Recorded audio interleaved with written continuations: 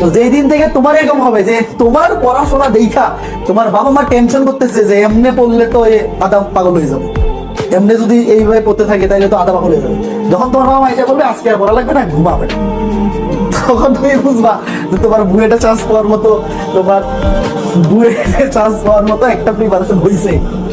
যতদিন পর্যন্ত তুমি এই জিনিস ফেস না করবো ততদিন পর্যন্ত বুয়েটে চান্স পাওয়ার মতো পড়াশোনা হয় না, এটা ধরে নিতাম। বুঝতেছ? তুমি বুয়েটে পড়বা, বুয়েটের নাম ট্যাগ লাগাই দিবা, এই যে কোহিনে তো লেখা, এই যে বুয়েটের ট্যাগ লাইন লাগাই দিবা, এটা তো সহজে আসবে না।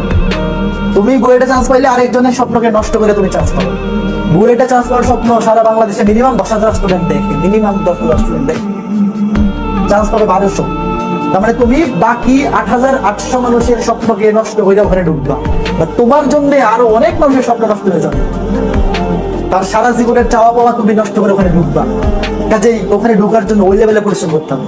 সৃষ্টিকর্তা যদি দেখে তুমি ওই লেভেলের পরিশ্রম করতেছো তাইলেই তোমার ওখানে ঢুকাবে, নাহলে তোমার ঢুকাবে না। আন্দাজি না পয়দা সারাদিন ঘোরাঘুরি করে বুয়েটে চান্স পায় না। যে বুয়েটে ফার্স্ট হয় সেও যদি গড গিফটেড ট্যালেন্ট হয় তাও সে ওই লেভেলে পরিশ্রম করে চান্স পায়। কাজেই তুমি 8,800 মানুষের স্বপ্নকে নষ্ট করে যে সিটটা তুমি পাবা, অবশ্যই তুমি যদি ওই লেভেলের পরিশ্রমী না হও, সৃষ্টিকর্তাও চাইবে না